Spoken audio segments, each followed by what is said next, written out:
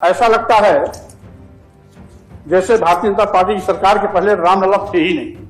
आप प्राण प्रतिष्ठा वो तो भारतीय जनता पार्टी का कार्यक्रम था, और जब राम की हजारों साल से पूजा चली आ रही है तो उसमें प्राण प्रतिष्ठा का प्रश्न कहां से उठता है?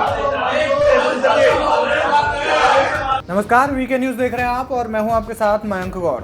अपने अनर्गल बयानों के कारण सुर्खियों में रहने वाले समाजवादी पार्टी के राष्ट्रीय महासचिव स्वामी प्रसाद मौर्य ने उत्तर प्रदेश विधान परिषद में एक भाषण दिया था। भाषण में बीजेपी पर निशाना साधना था, लेकिन वे बीजेपी से ज्यादा हिंदुत्व और भगवान राम के लिए उन्होंने न जाने कितना कुछ कह दिया, जिसमें एक मुख्य लाइन थी, जब रामलला हजारों साल से पूजे जा रहे हैं तो अरबों खरबों रुपए खर्च करके दोबारा प्राण प्रतिष्ठा करके औचित्य क्या था।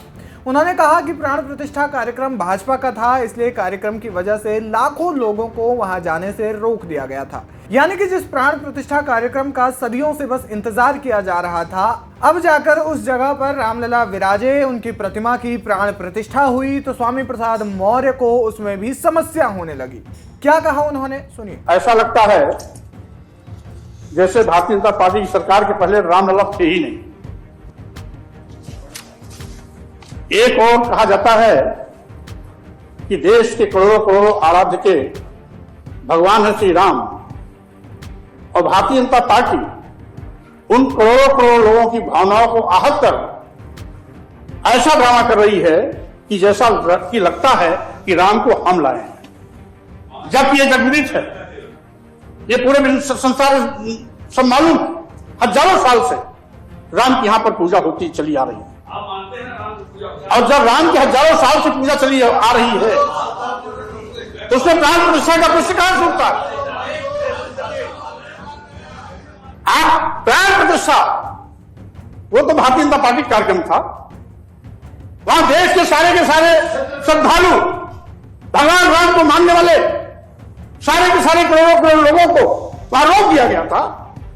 आयोजक भी भारतीय जनता पार्टी, मुख्य अतिथि भी भारतीय जनता पार्टी, व्यवस्था करने वाले विश्व हिंदू परिषद, आरएसएस, इन तीन जगह कौन था?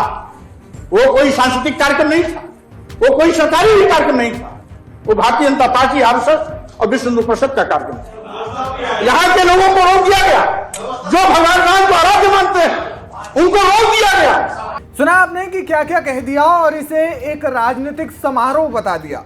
लेकिन उनकी आदत पुरानी है। इससे पहले भी स्वामी प्रसाद मौर्य हिंदुत्व के खिलाफ जहर उगलते रहे हैं। इससे पहले भी उन्होंने मां लक्ष्मी पर विवादित बयान दिया था।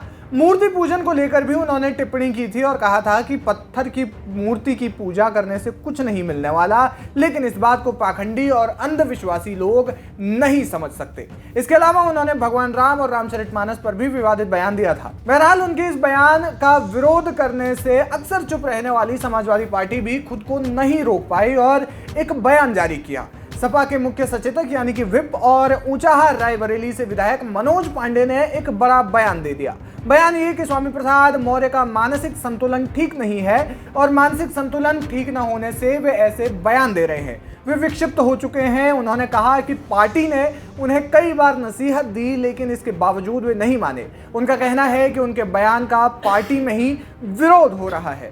देखिए, स्वामी प्रसाद क्या क्या बोल रहे हैं इस पर मैं कोई बयान नहीं देना चाहता हूँ। जिस व्यक्ति का खुद का मानसिक संतुलन ठीक ना हो, वो व्यक्ति ऐसे ही बयान देता रहता है।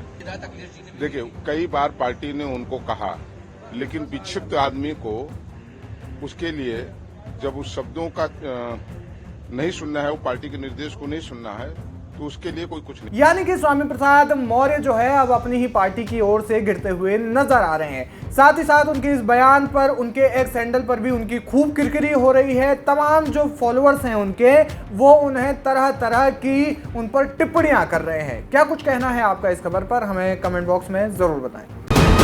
वीके न्यूज, राष्ट्र के नाम।